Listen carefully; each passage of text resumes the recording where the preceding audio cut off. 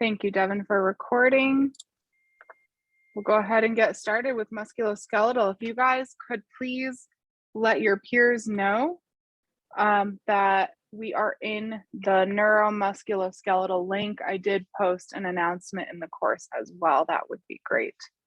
It looks like some are still coming in, but let's go ahead and get started. So musculoskeletal system, I mentioned to you guys yesterday that this is something that you are likely to encounter questions on. You may get 4 or 5 or so questions in this area, sometimes more, because this tends to be an area that new graduate nurses work in. And so it's important that you review this section. I do highly recommend going through musculoskeletal in your comp review book and the chapter on musculoskeletal medications as well. And that's going to be in unit and 61. Highly recommend that you read through that, both of those chapters, and do the practice questions. I did just get a notification that my internet was unstable for a second there, so hopefully you caught all of that. If you have questions at all, just stop me and let me know. All right, so let's dive in. Let's go through this first question. As with before, we're starting with our PEDS content.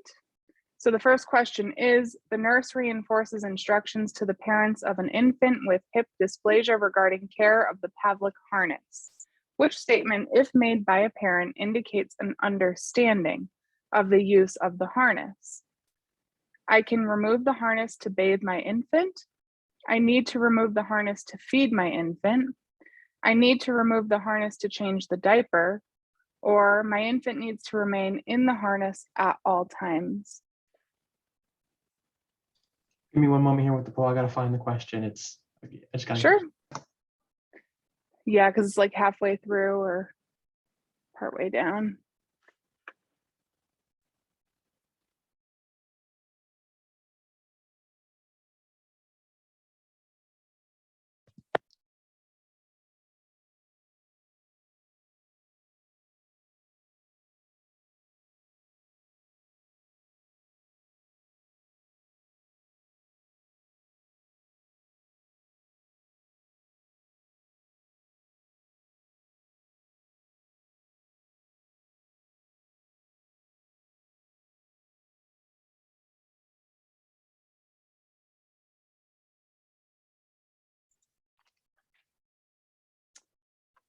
Okay, so answer here is actually going to be option number 1.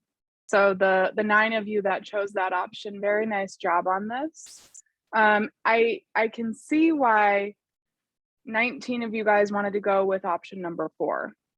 And I can see why. I think this is a tricky question because when you look at options 1, 2, and 3, they are similar in the sense that it's talking about bathing, feeding, changing the diaper, right?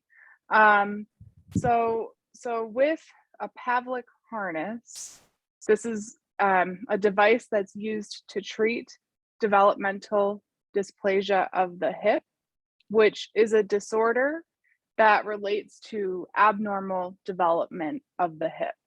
And often this is noticed, when they're very, very little. When infants go in for their routine checkups, there are certain physical assessment maneuvers that are used to specifically assess for developmental dysplasia of the hip. But basically, the head of the femur is seated improperly in the acetabulum, or the hip socket of the pelvis. And that's what this is. And so if this is noticed and it's diagnosed from birth to 6 months of age, the treatment is to splint the hip with a Pavlik harness. And what that does is that maintains flexion and abduction and external rotation when it's worn continuously, which then keeps it stabilized in the socket. And it's around 3 to 6 months of age where the hip joint will become more stable. And so if it's diagnosed early, that's better, because then by that time, they will have had that treated with the Pavlik harness and hopefully successfully treated. If it is diagnosed later, like for example, age 6 months to 18 months, then what the treatment is gradual reduction by traction and then surgery as well. It could either be closed reduction or open reduction if necessary under general anesthesia. And then the child is placed in a hip spica cast for like 2 to 4 months until the hip becomes stable. And then after that, they have to wear a brace for approximately 3 months. And then if you have an older child where it's diagnosed when they're older than 18 months, operative reduction and reconstruction is usually required. So as far as instructions regarding Pavlik harness, spica cast, or the brace, it's really important to give proper instructions to the parents so that you have the best outcome. But with a Pavlik harness, really, the only time that they can remove it is during bathing. Otherwise, they need to remain in the harness at all times to get the best outcome. You can change the diaper and kind of work around the harness. You don't have to remove it for that reason, and there's not a reason to remove it during feeding. All right, next question, or an image actually. So you can see here kind of the signs of developmental dysplasia of the hip. And one thing that you might see is this asymmetry of the gluteal and the thigh folds. And I remember learning in my FNP program that when you're assessing for developmental dysplasia of the hip, you have to have the diaper off. You can't accurately make that assessment while they're wearing the diaper. And you can see why. It's because you are comparing the symmetry of the folds. So you can see that in section A of this figure. And then in section B, you can see where they have limited abduction. And then in section C, you can see that apparent shortening of the femur. You can see the dotted line where it shows that it's shortened. So you really have to have very astute assessment skills to be able to pick up on this. And then there is also, which I apologize, the D is cut off here, but what's being shown in that image is the Ortolani maneuver, where you can assess for this if the infant is younger than 4 weeks old, and you do this maneuver and there's a click, and that's considered a positive sign for hip dysplasia. And then in E, this is considered to be, and for somebody who's older, you can do this, a positive Trendelenburg's sign or gait. So if they're weight bearing and they can stand on one foot or they can walk, you can assess for this, and you can see the abnormality in that image. And then on this slide here, here's a picture of the Pavlik harness. So as I was saying, it is possible to change a diaper with this on, and actually be a lot more work to take it off every time you're changing the diaper. I certainly would not want to do that. So it's designed in that way to help. And you can see the way that it can help to get that kind of displaced hip joint back into place if it's worn regularly. But it's really challenging to keep something like this on. They will get used to it, but even still, it's just like something that you have to live with, and it can be really challenging. So just reinforcing the importance to prevent potential surgery in wearing this properly at all times besides bathing, right? So, okay, so enough on hip dysplasia. Now we'll talk about scoliosis. The nurse is reinforcing instructions to the parent of a client with scoliosis regarding the use of a brace. Which statement, if made by the parent, indicates a need for further instructions? I cannot place powder under the brace. I need to place a soft shirt on my child under the brace. I need to be sure to apply lotion on the skin under the brace, or I need to encourage my child to perform prescribed exercises.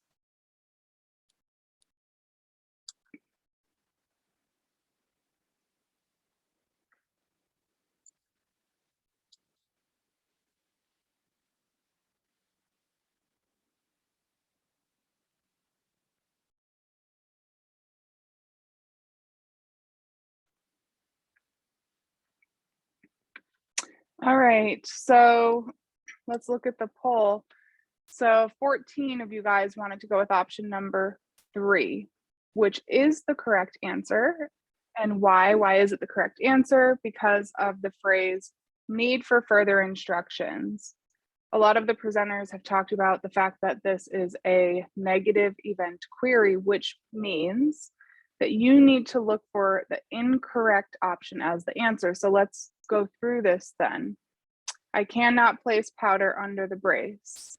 Is that incorrect?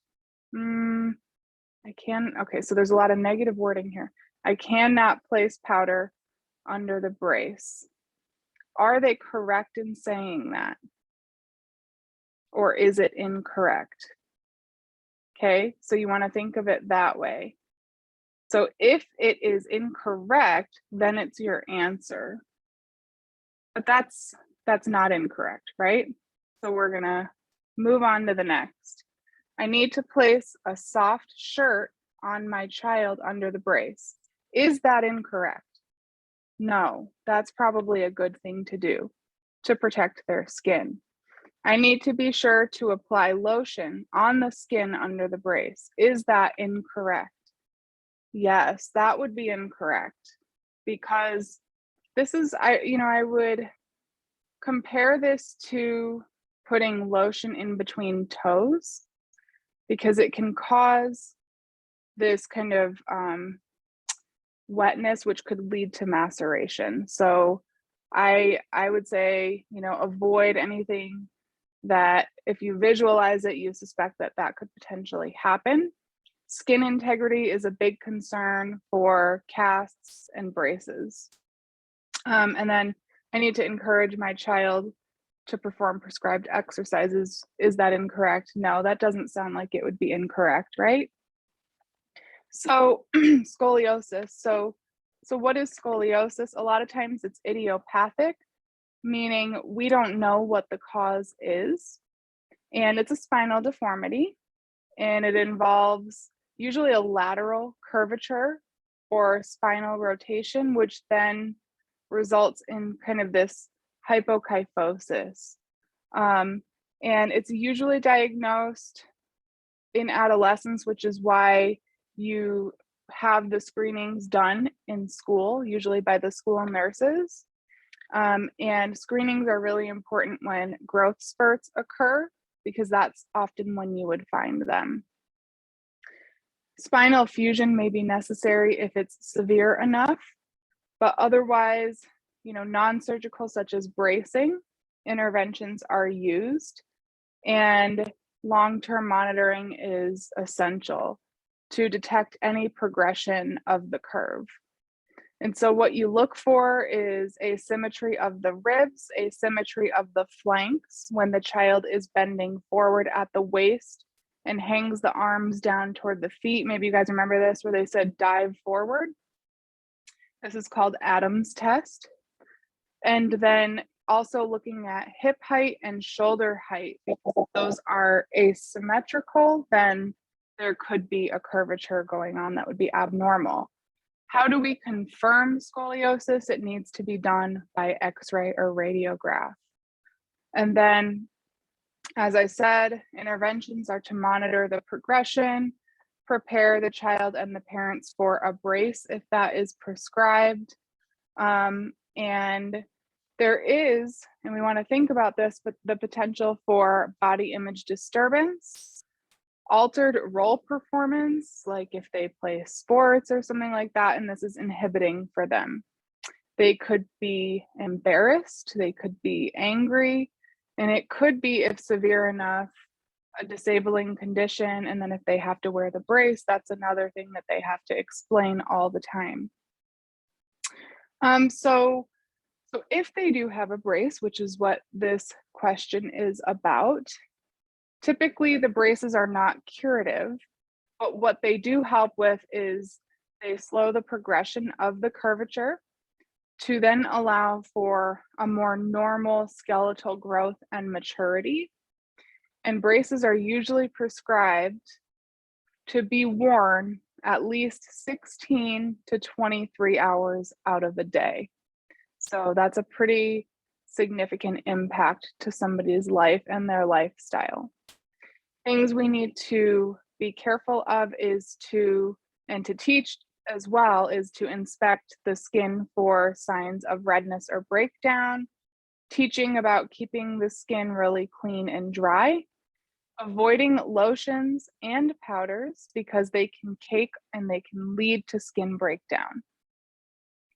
Wearing soft, non-irritating clothing under the brace, and to do your prescribed exercises to maintain and to strengthen the spine and abdominal muscles during treatment.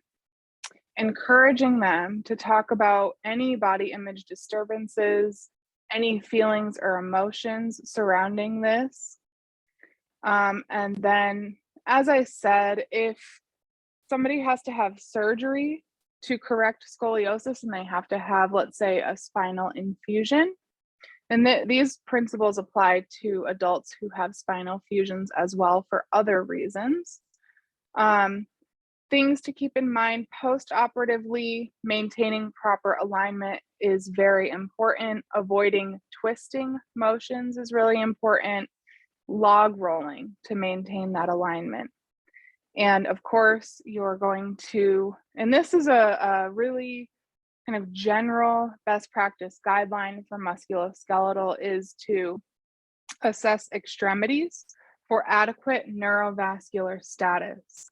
Your CMS, your circulation, motion, and sensation assessments are really, really important for anybody with a musculoskeletal condition, whether it's a cast, a brace, or surgery.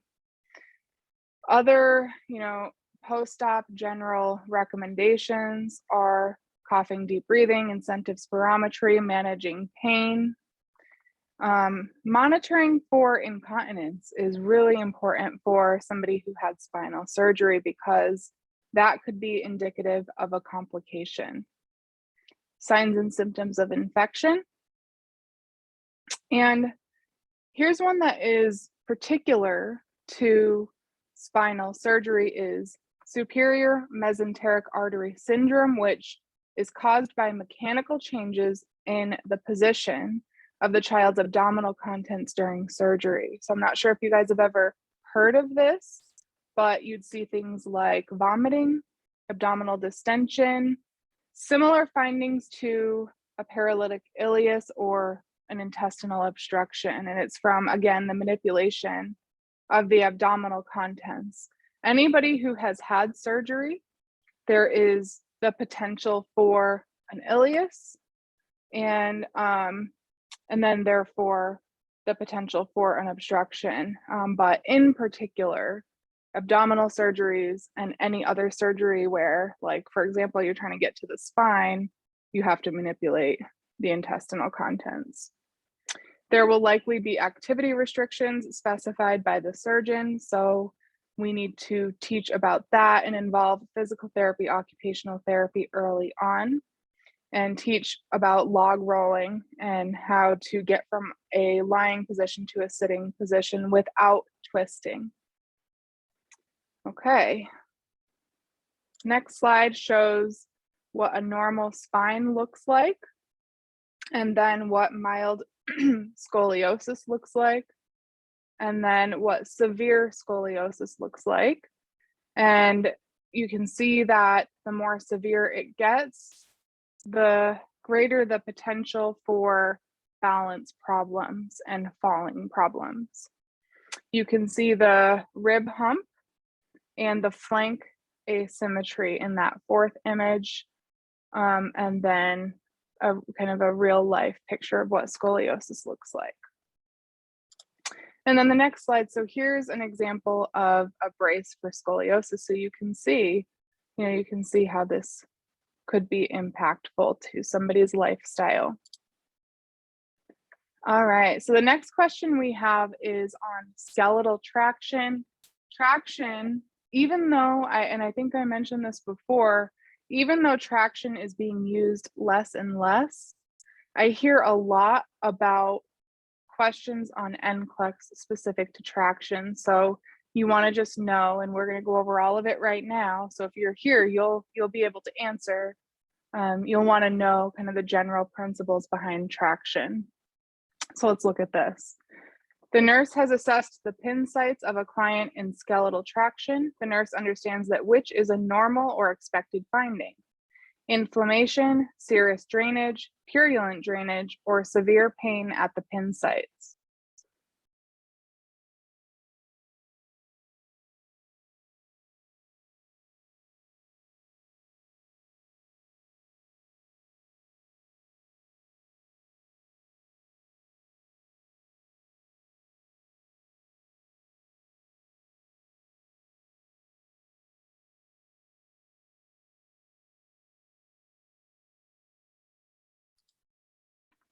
Alrighty. Okay, so majority of you guys wanted to go with serous drainage, so this is good. Nice work. We are looking for a normal or an expected finding, and so you've got skeletal traction. So what is something that we're expecting to see at the pin sites? Serous drainage is definitely something that we would expect to see. Inflammation, I can see that a number of you wanted to go with inflammation. And that really would not be something that we would expect to see at a pin site and not be concerned. Okay, inflammation is highly characteristic of infection or an infectious process. So if I saw inflammation at a pin site, I would be watching that very closely. I would probably be marking it to make sure we're not dealing with a cellulitis or skin infection. And so that I would eliminate that option because of its association with the potential for infection, especially in comparison to serous drainage, which definitely is an expected finding. Purulent drainage, we know purulent means infection. And then we do expect pain at the pin site, but we would not expect severe pain. So let's talk a little bit more about skeletal traction and what skeletal traction is. So traction is applied mechanically to the bone with pins, wires, or tongs. So these pins that you're seeing are actually applied down to the bone, okay? And often with skeletal traction, you are applying weight to it, typically 25 to 40 pounds of weight. And this helps to realign any malaligned bones. Okay, that's the purpose of it. So what do we do for somebody who has skeletal traction? What are our interventions? Monitoring color, motion, sensation, signs of circulation is a high priority. And then monitoring the site for any signs of infection, right? The inflammation, swelling, drainage, increased pain, and provide insertion site care as well. You might also encounter skin traction. This is different than skeletal traction. Skin traction is applied by using elastic bandages or an adhesive of some kind a sling, a foam boot. I never like totally understood why they called it skin traction. That always confused me. But if you can think of skeletal traction as bone, and then skin traction as external using an elastic bandage or a sling, that might help you with that. But the traction, in addition to helping with alignment, also helps to relieve muscle spasms associated with an injury necessitating that treatment in the first place. And there's different types of skin traction depending on the injury. There's cervical skin traction. There is Buck's extension traction, which is used for maintaining alignment of the lower limbs. And that one, they have to have a boot on the affected lower limb. And then the boot is attached to traction. And then the weights are attached to a pulley. So with the weights, you need to be sure that they're hanging freely. So when you attach the weights, they have to be hanging freely. I don't know if any of you had the opportunity to actually set up traction, but I remember every time I had to do that, I had to get my charge nurse to help me because I'm like, I want to make sure I'm doing this right. And it is kind of complicated to set it up. But I have seen Buck's traction a number of times, and you've got this pulley system that you're setting up and you're tying the weights on, and you have to make sure those weights are hanging freely, and you have to make sure that you're not applying more than 8 to 10 pounds of weight, but that will be part of the order. It will tell you how many pounds the weight should be. The foot of the bed needs to be elevated as well to help provide the traction correctly. And then there is also Russell's skin traction and pelvic skin traction.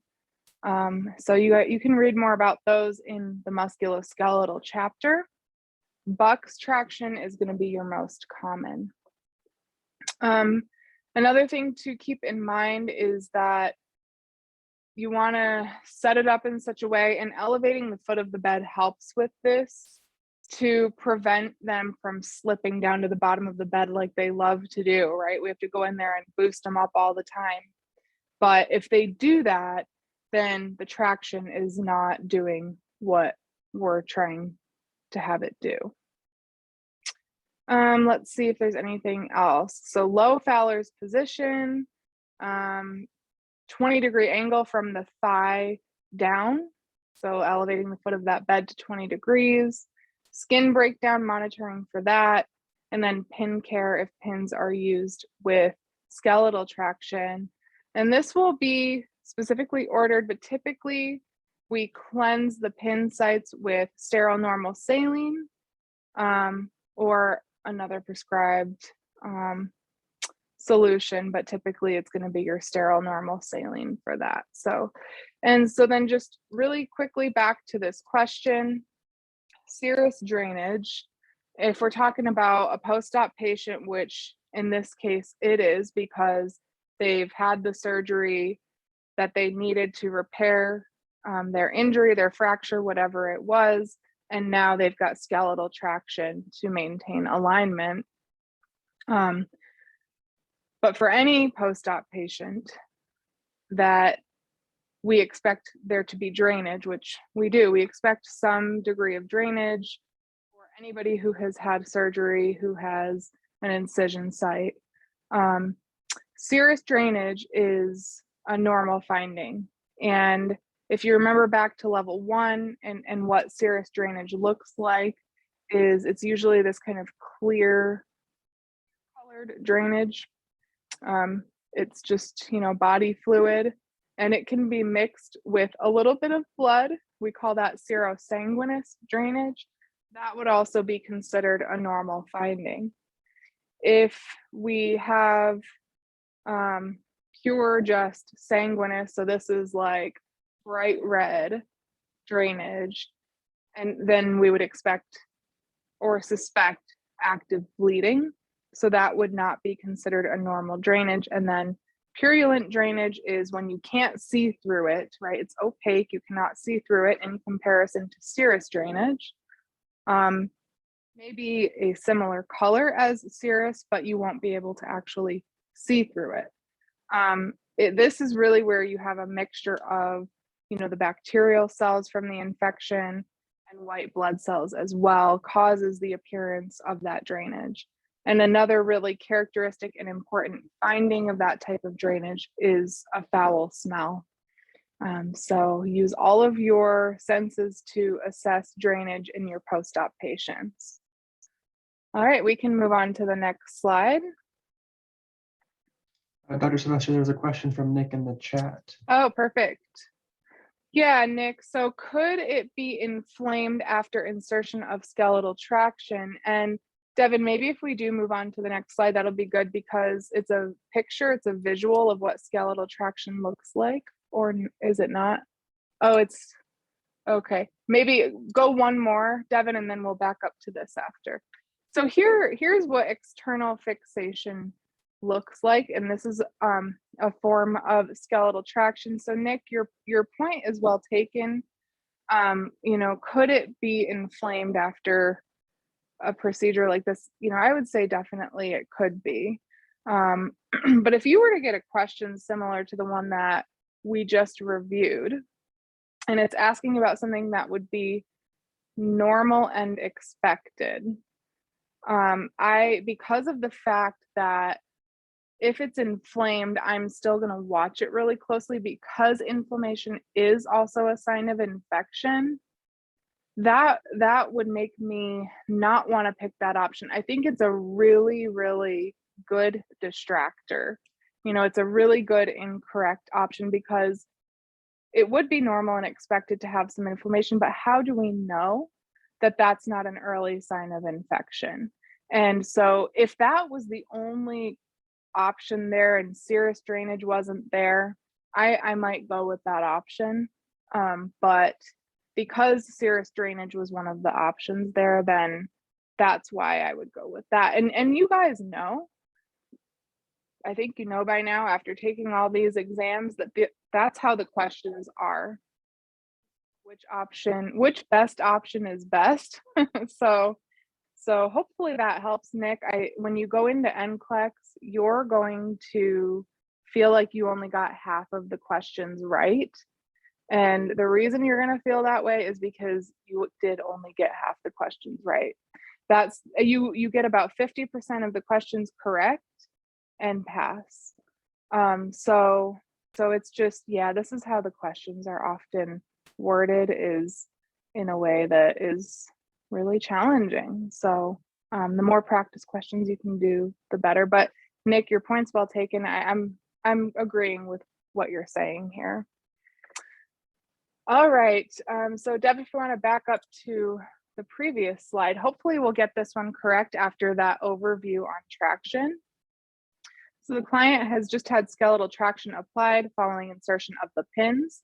The nurse should place highest priority on taking which action at this time: performing pin site care, explaining the upcoming pin care procedure, providing for diversion, such as television or newspaper, or assuring that the weights on the traction setup are hanging free.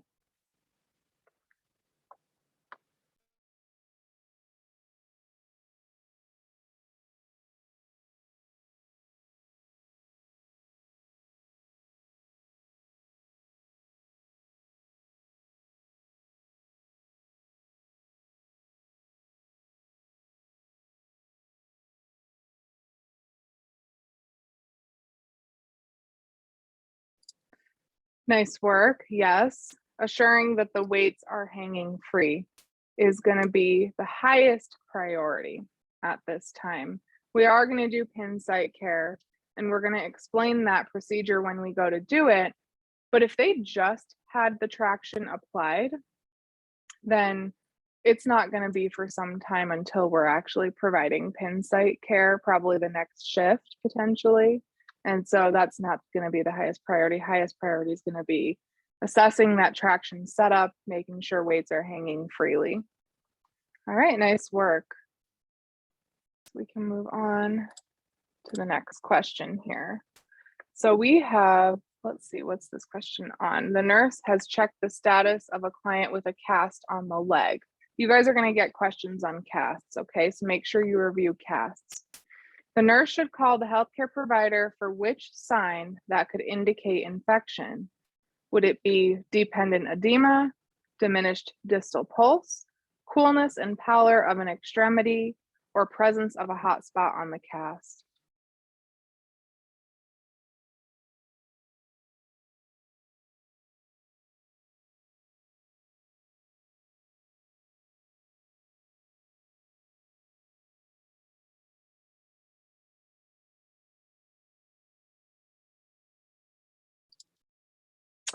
All right, nice work on this, you guys. Really good job.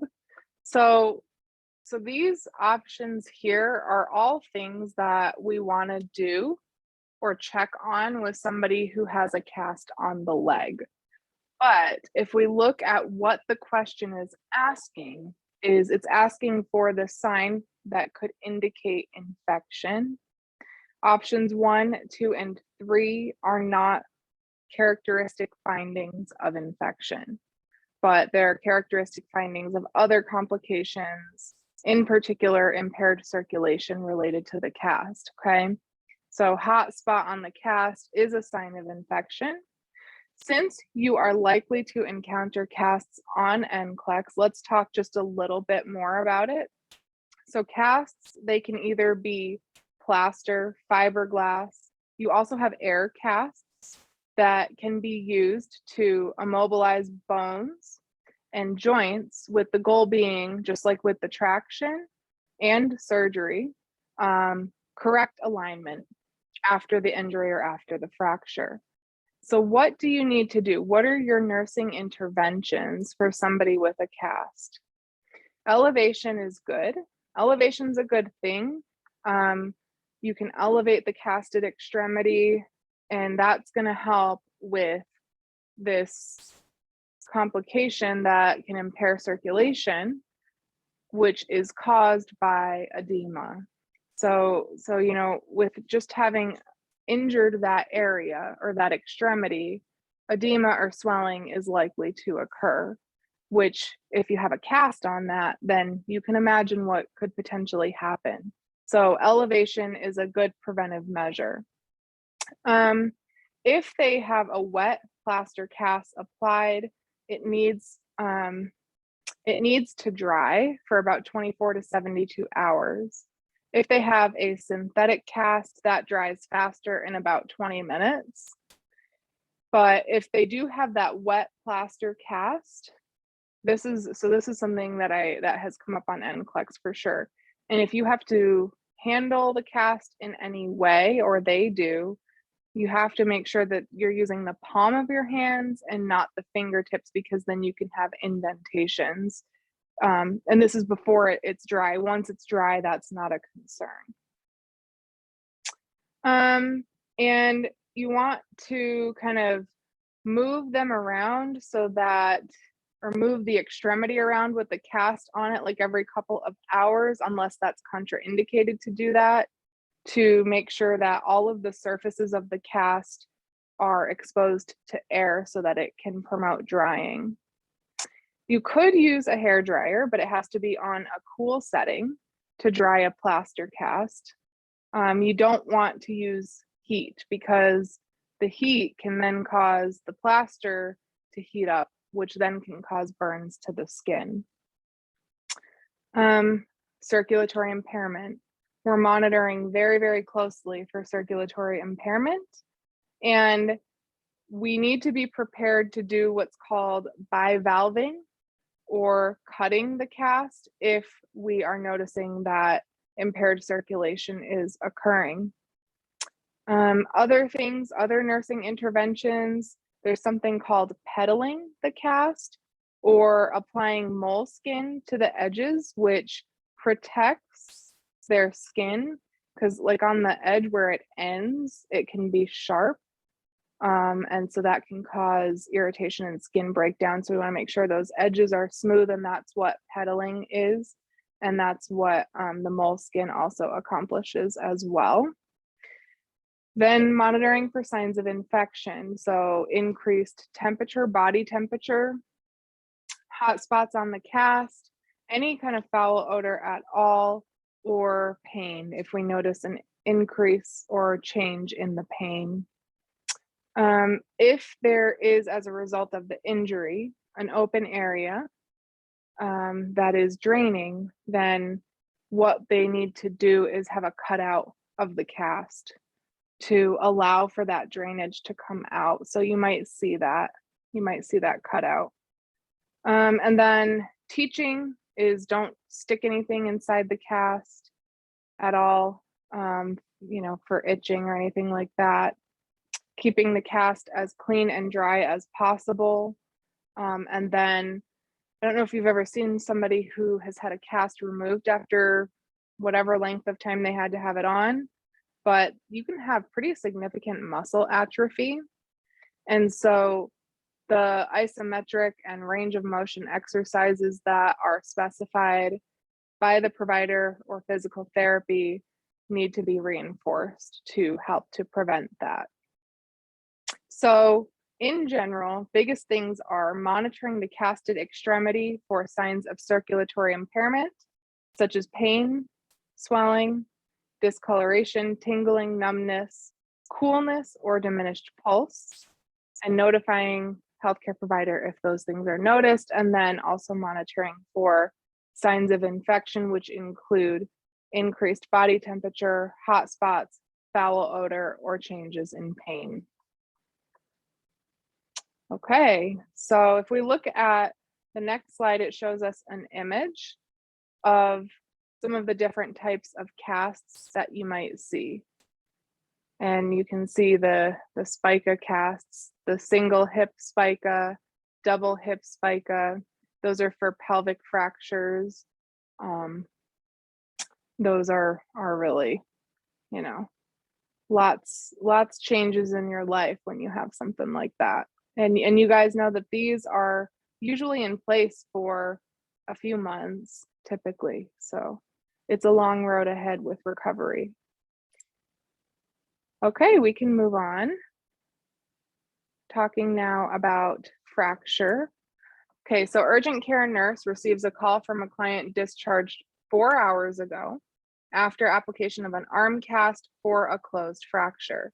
Client states the arm is very painful despite elevating it, applying ice, and taking acetaminophen with codeine. The nurse instructs the client to return to the urgent care center, interpreting that the pain is most likely due to which problem? Development of infection under the cast, impaired tissue perfusion under the cast, a need for a stronger analgesic prescription, or client anxiety and need for personal instruction.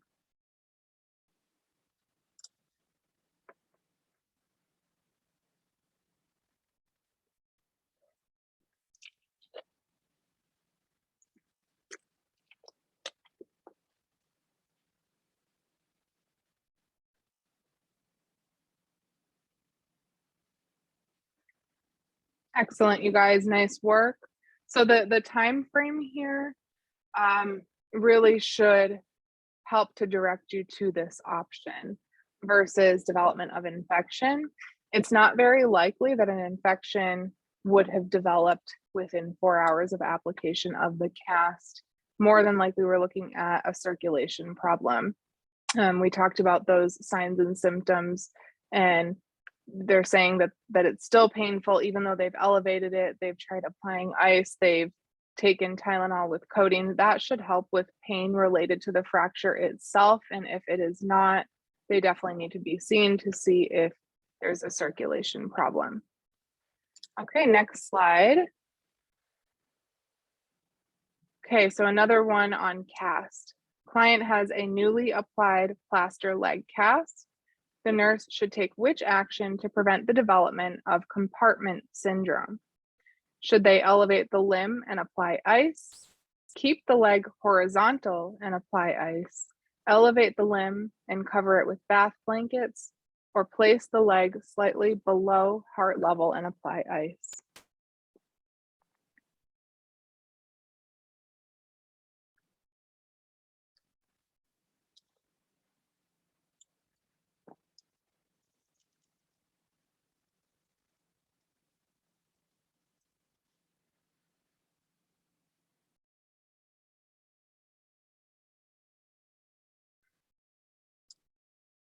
Yes, elevate the limb and apply ice. So compartment syndrome, so what is this? The name does kind of give you a good, accurate description of what's occurring, but you have this fascia that surrounds your muscle groups, and it kind of forms these compartments where you have arteries, veins, nerves kind of entering and exiting at opposite ends within those compartments. So compartment syndrome is a condition that is very, very painful, and it occurs when the pressure within one or more of those compartments, and because you've got those nerve endings and those vessels there, it becomes very painful because those things are right there. And it also, because you've got the vessels there, it leads to a decreased blood flow, ischemia, and neurovascular impairment. This is considered a medical emergency, and it needs to be addressed very quickly, or it can result in severe injury as a result of tissue ischemia. The neurovascular damage could be irreversible if it's not treated within 4 to 6 hours of onset of compartment syndrome. And this occurs most commonly in the lower leg. So because it is really the edema, right, that can lead to compartment syndrome and then therefore tissue ischemia, elevation and application of ice is going to be most helpful in preventing, right, the development of compartment syndrome. So what you might see unrelieved or potentially increased pain in the affected limb. Tissue that is distal to the involved area can become pale, dusky, or edematous. You can have pain with passive movement, which means if you as the nurse, you're moving the extremity and they have pain with that, that's a sign of compartment syndrome. Loss of sensation or paresthesia, and pulselessness, which is of course a late sign.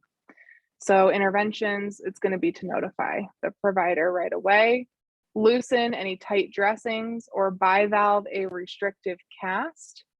And if severe enough, the provider may perform a fasciotomy to relieve pressure and to restore tissue perfusion. You might have seen this on Grey's Anatomy. They did this. They had a compartment syndrome case on there. So excellent. All right, next question.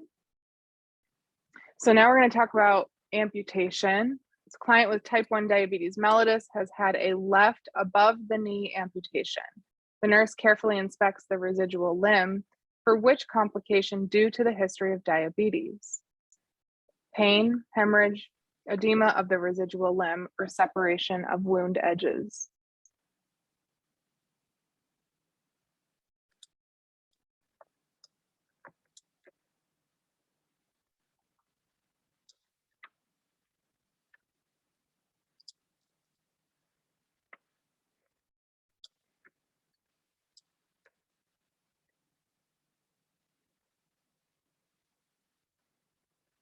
Okay, all right, good. Good, I'm glad to see majority went with option number 4. That's going to be the correct answer, separation of wound edges. And so looking at the client's history in this case, right? So type 1 diabetes mellitus, that tells us that they're at risk for infection, and they're also at risk for slowed wound healing. And it's probably the diabetes that necessitated the amputation as well. So with an amputation, you have removal of a limb or part of a limb. And the complications that you want to be on the lookout for somebody who's had an amputation include hemorrhage, infection, phantom limb pain, and also contractures. And so if you've got somebody, let's say they are in the immediate post-op period following an amputation, things you're looking for are for signs of those complications. You should mark the dressing if you notice any bleeding or drainage at all. I mentioned marking earlier to watch for extension of inflammation. You can do the same thing on any dressing where you notice drainage. You can draw, a circle around it or trace it. So then you'll know if you have further drainage or bleeding when you reassess. Checking for phantom limb sensation or pain and explaining to them that this is something that's to be expected and give them medication as prescribed. We don't want to elevate the residual limb on a pillow because that can lead to hip flexion contractures. This is something that we have learned, typically we will do elevation, but in the case of amputation, we only do it for a specific length of time, not for an extended period of time. Usually the first 24 hours, we'll elevate the foot of the bed, to reduce edema in that immediate post-op period. But we want to then, after that point, position them in a way that allows that hip, flexor muscle to be able to stretch out and to not become contracted. There will be a dressing and also probably an elastic compression wrap is typically how you will see them come out of surgery. And also maybe this device that helps to, it's called a shrinker. It helps to reduce the swelling, minimize pain, and to kind of mold the residual limb in preparation for a prosthesis. Okay, so there's a number of interventions based off of the exact type of amputation, above the knee, below the knee amputation, but the general things are preventing edema. You want to discourage long periods of sitting, and positioning as prescribed by the surgeon, and it will be very specific. Okay, I think that's good for that.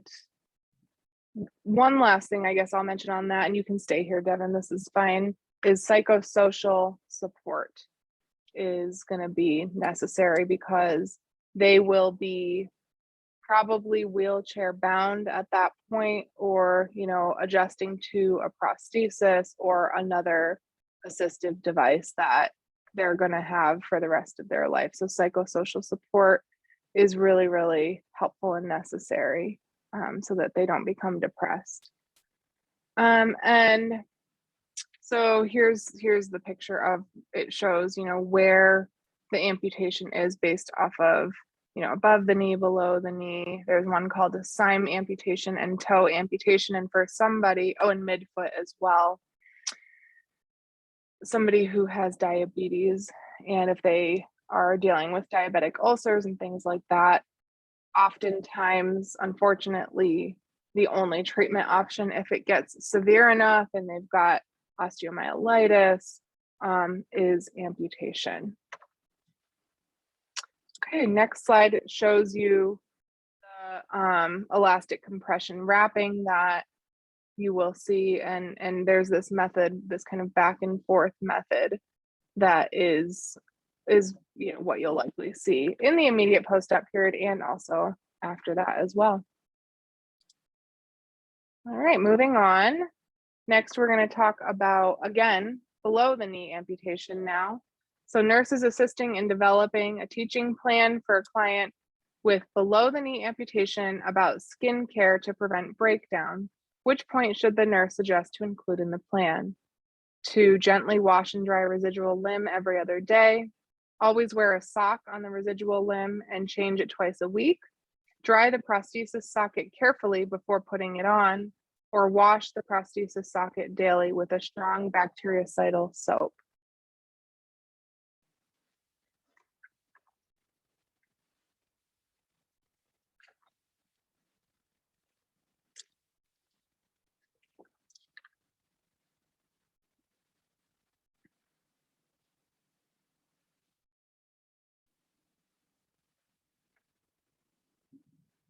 Okay. Yes, the answer is going to be option number 3. This really doesn't have anything to do specifically with below the knee amputation. This is just skincare in general. So yes, adequately, thoroughly drying before putting on a prosthesis is going to be really, really important in preventing skin breakdown, which is a risk when somebody has a prosthesis. We just have a few more slides to go through, guys, and then given that it's almost noon, we will break for lunch before we move on to the next section. So we can go to the next slide. And this is going to be a select all that apply question about osteoporosis. So let's just go through this one together. You don't have to pull for this one. The nurse is collecting data related to risk factors associated with osteoporosis. Which findings are associated risks for this disorder? Select all that apply. A thin body frame, is that associated risk for osteoporosis? Yes, it is. Postmenopausal age, yes, that's a risk factor. Chronic corticosteroid use, yep, that is a risk factor as well. High intake of dairy products, no, that's not a risk factor for osteoporosis. It's just the opposite, low intake of dairy products, and the reason is the calcium and vitamin D associated with dairy products. And then family history of osteoporosis, yes, that is also a risk factor. So what is osteoporosis? It's actually a metabolic disease, and it's characterized by bone demineralization associated with the loss of calcium and phosphorus salts, and it leads to fragile bones, okay? And I don't think we have another question on this, so I'll tell you, I just don't want to give it away. Let me see. No, we don't. So what we call pathological fractures are the biggest risk and potential complication of osteoporosis. Remember that, you might get asked about that. And so what's happening is that bone resorption is accelerating, while at the same time, the formation of new bone is slowing down. It occurs most commonly in the wrist, hip, and in the vertebral column. And it can occur in the postmenopausal period as a result of either the metabolic, some kind of metabolic disorder. It is linked with certain metabolic conditions and or a calcium deficiency. People are often asymptomatic until the bones become fragile, and then they get injured. It could be a minor injury, it could be a major injury that causes this kind of pathological fracture. And then that's where we pick up on it, is by imaging to assess the fracture. Now we're also seeing osteoporosis. So, there's primary and there's secondary. Primary being, associated with postmenopausal women or in men with low testosterone levels, and those with decreased calcium intake, deficient estrogen, or sedentary lifestyle, because all of these things have to do with activity of the cells of the bone reabsorption, things like that. If you're more sedentary, then those processes do not work as efficiently. And then secondary are meaning caused by something else, right? So prolonged therapy with corticosteroids, thyroid reducing medications, aluminum containing antacids, believe it or not, your Tums, you don't want to do that all the time. Anti-seizure medications, and I don't have it here, but we need to make sure that we have this, I think, in our book. So I'm making a mental note for myself. Certain birth controls like your Depo-Provera, the injectable shot, as well as long-term use of proton pump inhibitors, because those medications shut down the proton pump in your stomach, and then that makes it so that you don't have the acid in your stomach to break down your food and to draw out the nutrients that you need. Cigarette smoking, early menopause, alcohol use, family history, female gender, increasing age. We already talked about the calcium. Sedentary lifestyle, if they have a thin, small frame, and then usually white or Asian race. These are the major risk factors. As I said, possibly asymptomatic. There may be slight back pain after activity, lifting, bending, stooping down. One thing that's characteristic, I will say, is that if you are palpating their spine, they might have back pain when you're doing that. But if you're not doing that, then they usually don't notice it. And they might start noticing, problems with balance. They might have a decline in height, right, from that vertebral compression and subsequent kyphosis, which I'll show a picture of that in just a second. And so it is confirmed on radiographic studies, and then screening for it includes bone density scan, which is done after a certain age, typically as a primary preventive measure. Biggest thing for osteoporosis is going to be assessing for risk for injury and for preventing injury, helping people to identify hazards in their home, and then positioning household items and furniture so that there's unobstructed walkways, they're not going to trip on anything, assistive devices such as cane or walker. The use of a firm mattress has been shown to be helpful, and range of motion exercises. A back brace may be prescribed if they need the support of the spinal column, if it's the vertebrae. I did get a question about what does a thin body frame mean exactly? So thin body frame is somebody who is, just really like a lower weight. Like if you were to think about their BMI and look at their BMI, often people with a thin body frame would be either on the very low end of normal in their BMI class, or potentially underweight. So thin body frame, when we talk about this as being a risk factor for osteoporosis, the way to kind of objectify that or quantify that, I would say, would be to look at their weight in comparison to their height. And if they're on the low end of normal or underweight, then I would be like thinking that could potentially be a risk factor for them if they have other things that would make me be concerned about osteoporosis. So great question. So yeah, I wasn't sure if it only meant weight, BMI, or not. So I would say, Nick, weight in comparison to the height. So I think the BMI is a really helpful measure to be able to identify that. And you can actually kind of just see it too, like without even looking at a number, you could physically assess somebody who looks to be frail. So I would say, it is their weight, it is their height, but it's also just their overall kind of physical appearance. And if they look to be frail, that's taking into consideration kind of their muscle mass and just overall general appearance. When we do their general appearance assessment, that's one way that you can describe that as somebody who is looking frail. All right, let's see what else. Just maybe two other points on this. So diet high in protein, calcium, vitamin C and D, and iron have been shown to be helpful in osteoporosis, and then also avoiding alcohol and excessive amounts of caffeine.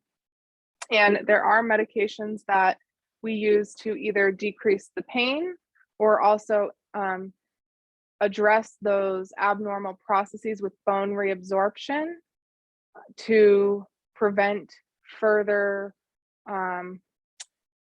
further loss of bone density is what those medications aim to do. So here you can see in this image the decline in height that does occur as what I would say is considered a normal process associated with aging. But I would also say that although it's expected to some degree, that if it gets too far, then it can be debilitating.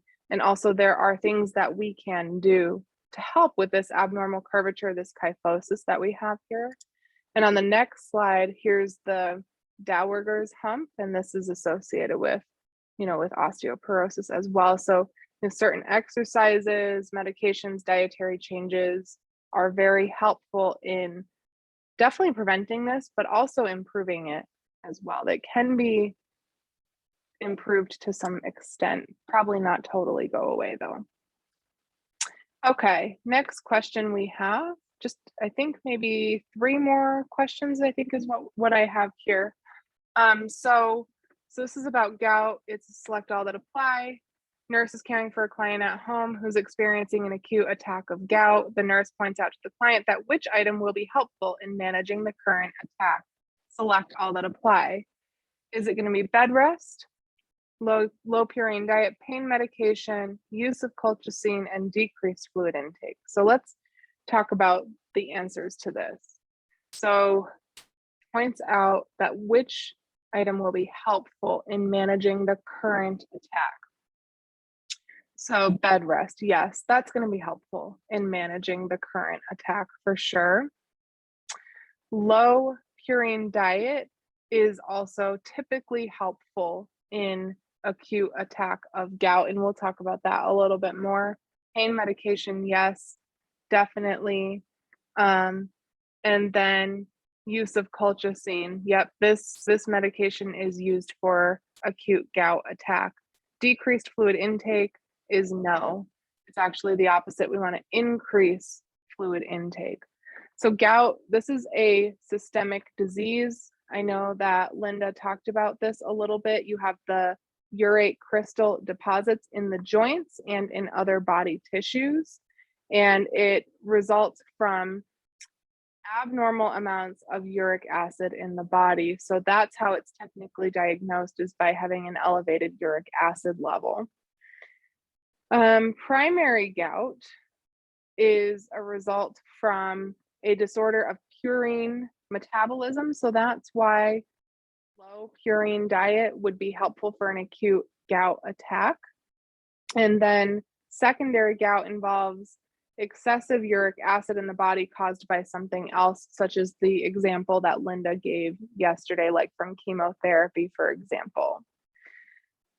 Initially, early on, they are asymptomatic, no symptoms, but if for whatever reason they happen to have a uric acid level done, we would notice an elevated uric acid in that early phase. Then you have an acute phase where they do have the inflammation and the severe pain. It is usually affecting one or more of the small joints. And believe it or not, a lot of times it's affecting the great toe. So if you know somebody that complains of that, you might suggest to them to be checked out for gout, to have a uric acid level done. And then in between those acute attacks, they can have intermittent periods without symptoms. And it becomes chronic if they have repeated episodes of acute gout attacks. And Charisse, yes, in an acute attack, it is helpful for them to be on bed rest, but it's key in this question that we're talking about an acute gout attack versus being in that intermittent period in between attacks. We don't want them to be on bed rest at that time.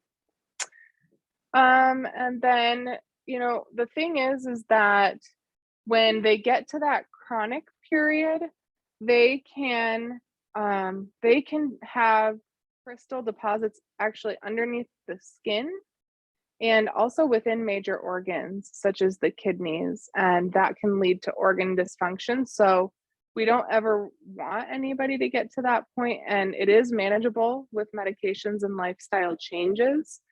So it's something we'd like to manage early on whenever possible. So what are we going to see? We're going to see swelling, we're going to see inflammation, which does eventually lead to typically excruciating pain. You have what's called tophi, which are these hard, kind of irregularly shaped nodules in the skin containing these kind of chalky deposits of sodium urate. They might have a low-grade fever, they might feel tired, they might even have a headache. They might be itchy from the urate crystals in the skin, and they might also end up with kidney stones from the elevated uric acid levels. So some of the interventions which we've talked about here already, the low purine diet, which means avoiding foods like organ meats, avoiding wines and aged cheeses. Those are high purine food items. And then encouraging a high fluid intake, at least 2,000 mLs a day. And that helps to prevent stone formation. Weight reduction if they need to lose weight. Avoiding alcohol and avoiding starvation diets because those both can precipitate a gout attack. Bed rest during acute attacks and elevating the affected extremity. Range of motion exercises and positioning the joint in kind of this mild flexion. So let's say it's the knee that is affected. Knees are commonly affected by gout. If they're in an acute gout attack, they're on bed rest, you could put like a rolled towel underneath their knee, and that provides that mild flexion, and that helps with the pain and promoting comfort. And actually, if you keep like sheets and blankets off the affected extremity, that helps because you don't want to have any added weight on there. Heat or cold, whichever is preferred, and anti-inflammatories, analgesics, and the uricosuric agents such as the colchicine, which helps to promote loss of the excessive uric acid via urination. And then on the next slide, we have a picture of what gout looks like, and you'll see these kind of nodules that are a result of the uric acid buildup, and it causes these kind of stones that you can see under the skin. It's very, very painful. This is definitely a chronic case here for sure. Okay, 2 more questions here. So next slide, we'll look at allopurinol. The nurse provides instructions to a client who is taking allopurinol and should include which of the following? Are we going to tell them to drink 3,000 mLs of fluid per day, to take the medication on an empty stomach, that the effect of the medication will occur immediately, or that if swelling of the lips occur, this is normal and expected?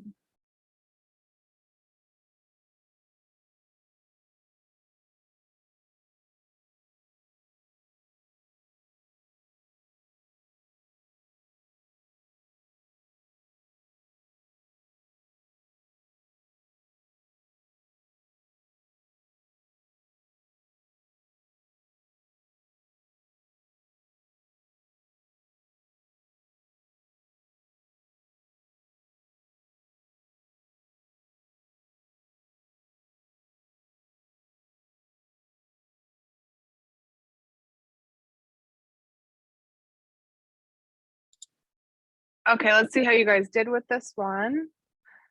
So yeah, nice work. Yep. So in the last slide, I said minimum 2,000 mLs. So 3,000 mLs would be fine. I would say anywhere from 2,000 to 4,000 mLs per day for somebody like this is a good guideline to follow. So anti-gout medications, allopurinol is one of them, and also colchicine. Another one is probenecid. All of them work by reducing uric acid production and increasing uric acid excretion. to either prevent or relieve gout or manage hyperuricemia. And so one of the things that you want to know about this in terms of drug interactions, there are a couple of known drug interactions. These medications can increase the effect of warfarin, so bleeding is a concern, and they can also increase the effect of oral hypoglycemic agents. And so hypoglycemia would be a concern. So just something to be on the lookout for. And if somebody were to take, so vitamin C is recommended as part of the diet to help manage gout. But one thing to remember is that with allopurinol in particular, you don't want to take too large of doses of vitamin C. So it might be good to avoid supplementation of vitamin C and really to only get it through the diet when taking allopurinol, because that combination can cause kidney stones to occur. And then a hypersensitivity syndrome, it's very rare, but it can occur, characterized by rash, fever, eosinophilia, liver and kidney alterations, and also what is described in option number 4 is characteristic of a hypersensitivity syndrome. Swelling of the lips is definitely not a normal occurrence, and we want to report it right away. Couple other points is that advising the client to minimize exposure to sunlight and to have an annual eye exam, because visual changes can occur with prolonged use of allopurinol, and often they do need to be on this medication for a long time so that they don't experience these acute attacks. And so yeah, option number 1, high fluid intake is really important for gout. The medication can be taken without regard to meals, so that's why option number 2 is incorrect. The effect of the medication does not occur immediately. It takes some time for the maximal effect of the medication to occur. And then we talked about option number 4 already.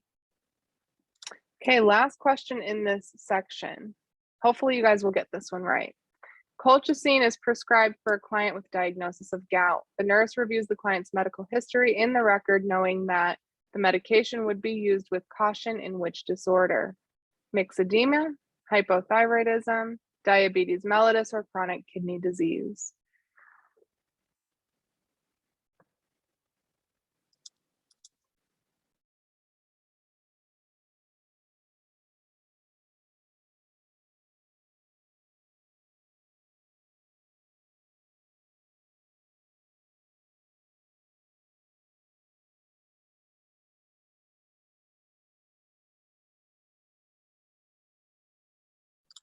I was watching that come in and I was seeing diabetes was kind of leading, and it looks like you guys changed your answer a little bit to chronic kidney disease on this. So this is really actually interesting that you guys answered in this way, but answer is going to be option number 4, chronic kidney disease. This medication, so colchicine, it's used cautiously with certain conditions, in particular renal, cardiac, GI, and hepatic. It's also used with caution in older adults, those that are debilitated, and it can cause GI symptoms: nausea, vomiting, diarrhea, abdominal pain.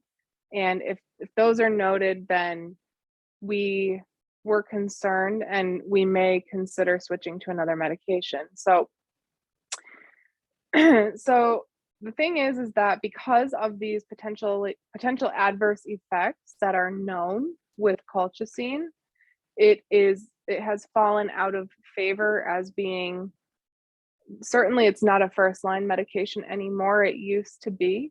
We now are using allopurinol a lot more for treatment of gout. So it's because of all of these adverse effects. So yeah, chronic kidney disease in this case is going to be the answer. So remember, cardiac, renal, GI, and hepatic are if somebody has a condition like that, we're using this medication with caution. And with that, I think we're all ready for lunch. Sorry, my brain is starting to be a little bit slow. Do you guys have any questions before we break for lunch?